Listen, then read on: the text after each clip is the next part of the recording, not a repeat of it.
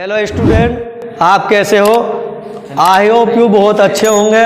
हमने आपको पिछली वीडियो में पार्ट 6 में पढ़ाया था। इसका फर्स्ट पार्ट वैद्युत क्षेत्र की अक्षीय स्थिति। अगर आपने नहीं देखा हो तो हमारे YouTube channel total PCM classes bye MR sir को सर्च करके उस पर आपको इसका पिछला टॉपिक मिल जाएगा। अब वो टॉपिक था हमारा वैद्युत क्षेत्र की अक्षीय स्थिति।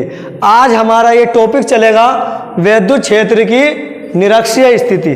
देखो, अक्षीय स्थिति का मतलब क्या होता है? अक्षीय स्थिति का मतलब होता है संरेख। संरेख का मतलब एक सीधी रेखा में, लेकिन निरक्षीय स्थिति का मतलब संरेख नहीं होता। अर्थात देखो, इसमें हम 3 बिंदु ले लें, जैसे 2 बिंदु A और B, तो ये तो हमारा अक्षीय है। अगर हम इस लाइन, इस रेखा में सीधे ना ले कोई बिंदु, तीसरा बिंदु अगर कहीं यहाँ ले लें तो वो हमारा निरक्षीय हो जाता है। तो हमने माना 2 बिंदु हमारे A और B, एक पर आवेश -q, दूसरे पर +q, बीच की दूरी हमारी 2l, इसका मध्य बिंदु हमारा O है। मध्य बिंदु O से स्मॉल r दूरी पर एक बिंदु P है, जिस पर हमें वैद्युत क्षेत्र की तीव्रता ज्ञात करनी है। इसमें क्या करते हैं हम? इसमें देखो, हमारे जो है कोण है, ये थीटा, ये थीटा, ये थीटा, ये बीच की दूरी हमारी l, तो ये भी l, ये r है। अब इसकी थ्योरी किस प्रकार लिखेंगे हम कि माना 2 बिंदु A और B, एक पर आवेश -q, दूसरे पर आवेश +q, बीच की दूरी 2l, इसका मध्य बिंदु O से स्मॉल r दूरी पर निरक्षीय स्थिति में एक बिंदु हमारा P है, जिस पर हमें वैद्युत क्षेत्र की तीव्रता ज्ञात करनी है। तब हम क्या करेंगे? बिंदु A के लिए ले लो। बिंदु A के लिए, बिंदु A के लिए ले रहा है तो E1 बराबर 1/4 पाई एप्सिलॉन नोट के Q बटे, इसमें आ जाएगा हमारा AP square. AP square equation number 1। अब लेंगे हम बिंदु B के लिए। बिंदु B के लिए, बिंदु B के लिए हमारा होगा E2 बराबर 1/4 पाई एप्सिलॉन नोट के Q बटे, यो A था तो AP स्क्वायर आया, B है तो BP स्क्वायर आएगा। अब हम चित्र से कुछ टॉपिक तुम्हें सिद्ध करके बताते हैं। क्या है? देखो, 2 त्रिभुज है इसमें। एक त्रिभुज तो हमारा ये है और एक त्रिभुज ये है। ये O है, ये A है, ये P है, ये B है। ये हमारी दूरी है L, ये L है, ये R है। तो ये हमारा 90 अंश का कोण और ये भी हमारा 90 अंश का कोण। इससे क्या सिद्ध हुआ? इससे यह सिद्ध हुआ कि OA बराबर है त्रिभुज में, OA बराबर त्रिभुज OAP वे त्रिभुज OBP में OA बराबर हमारा OB के है, ये L है। OP दोनों के लिए है, ये हमारा R है भाई। और हमारा क्या है? कोण AOP, AOP बराबर हमारा BOP।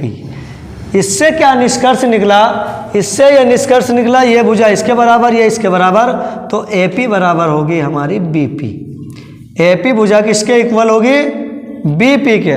तो कहने का मतलब मेरा यह है कि हम AP की जगह BP लिख सकते हैं या BP की जगह AP लिख सकते हैं। तो हम लिख देंगे E2 बराबर 1/4 पाई एप्सिलॉन नोट के Q बटे AP स्क्वायर।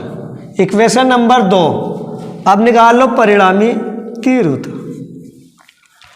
परिणामी तीव्रता, परिणामी तीव्रता जो होगी हमारी, वो होगी E बराबर E1 कोस थीटा, E1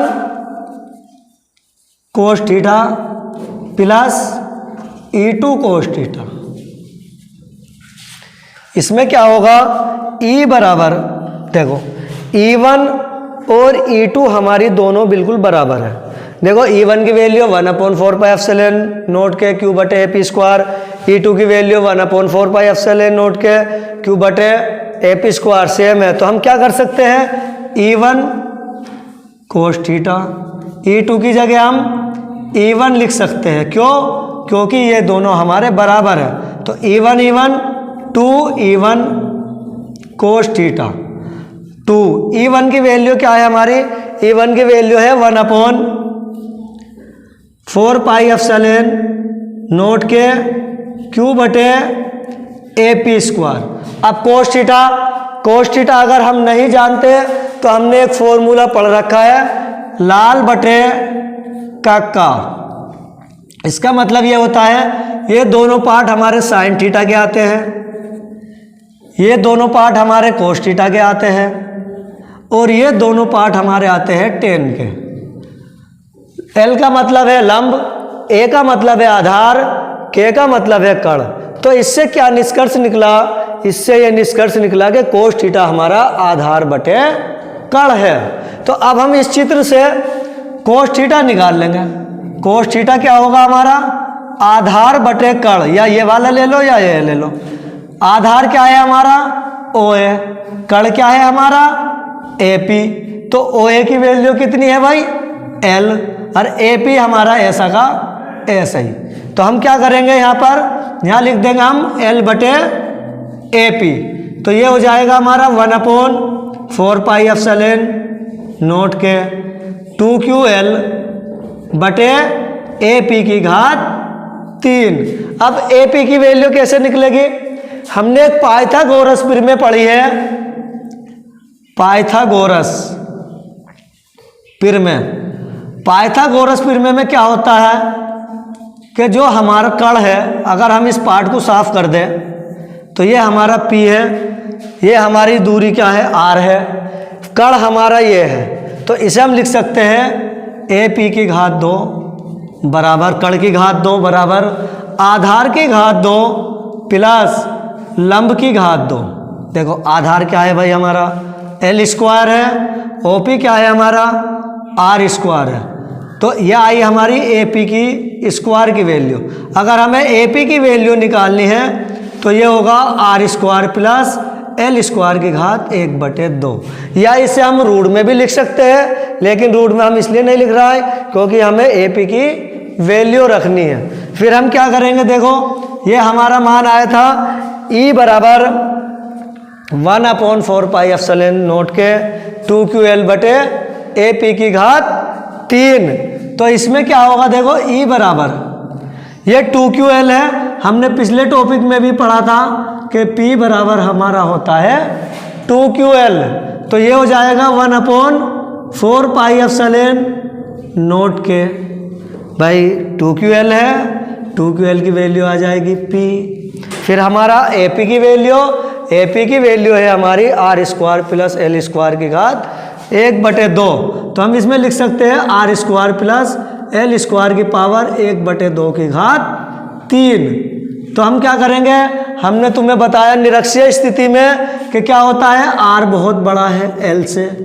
मैंने बताया अक्षीय स्थिति और निरक्षीय स्थिति में हम नीचे वाला L जो होता है ये हम छोड़ देते हैं। तो इसका मान आ जाएगा 1/4 पाई एप्सिलॉन नॉट के P बटे L कर देंगे ख़त्म, तो R स्क्वायर की घात 3/2, 2 से 2 खत्म। तो हमारी वैल्यू आ जाएगी E बराबर 1/4 पाई एप्सिलॉन नॉट के P बटे R की घात 3। ये हमारी निरक्षीय स्थिति है। एक बार इसको समझ लो, क्या था इसमें, देखो दो बिंदु थे, एक पर आवेश -q दूसरे पर +q, बीच की दूरी 2L थी। इसके मध्य बिंदु O से स्मॉल r दूरी पर एक बिंदु P है जिस पर हमें वैद्युत क्षेत्र की तीव्रता ज्ञात करनी है। बिंदु A के लिए लिया V1 बराबर 1/4 पाई एप्सिलॉन नॉट के Q बटे AP स्क्वायर। फिर बिंदु B के लिए लिया E2 बराबर 1/4 पाई एप्सिलॉन नॉट के Q बटे BP स्क्वायर। हमने यहाँ पर सिद्ध करके बताया कि AP बराबर किसके है, BP के। तो हम क्या कर सकते हैं भाई, बीपी की जगह एपी लिख दो या एपी की जगह बीपी लिख दो। तो हमने बीपी की जगह एपी स्क्वायर लिख दिया। परिणामी तीव्रता ई बराबर E1 cos theta plus E2 cos theta. E1 और E2 दोनों हमारे इक्वल है, इसलिए E बराबर E1 cos theta plus E2 की जगह E1 cos थीटा। तो ये हो जाएगा 1 और 1 2 2E1 cos थीटा। E1 की वैल्यू क्या थी हमारी 1/4 पाई एप्सिलॉन नॉट के क्यू बटे एपी स्क्वायर। cos थीटा की वैल्यू हमने अभी निकाल के बताई आपको, ये होती है हमारी cos थीटा आधार बटे कण। आधार था हमारा OA, L, कण था AP, तो L बटे AP। ये मैंने इसकी जगह लिख दिया। ये 2 को ले गया इनके साथ, तो 1/4 पाई एप्सिलॉन नॉट के 2QL 2 और 1 3, तो AP की घात 3। मैंने तुम्हें बताया P बराबर क्या होता है हमारा 2QL। R क्या है, बहुत बड़ा है किससे, L से। देखो P बराबर 2QL, R बहुत बड़ा है L से। मैंने तुम्हें बताया अक्षीय और निरक्षीय स्थिति में R भाई हमारा इतना बड़ा है, L इतना सा है, R इतना बड़ा है। तो हम क्या काम करेंगे, नीचे L को छोड़ देंगे। तो ये आ गई थी हमारी घात 1/2, 3 इकन 3, 3/2, तो ये स्क्वायर है, स्क्वायर से हमने काट दी घात 2, तो हमारा आ गया E बराबर 1/4 पाई एप्सिलॉन 0 के P बटे R की घात 3।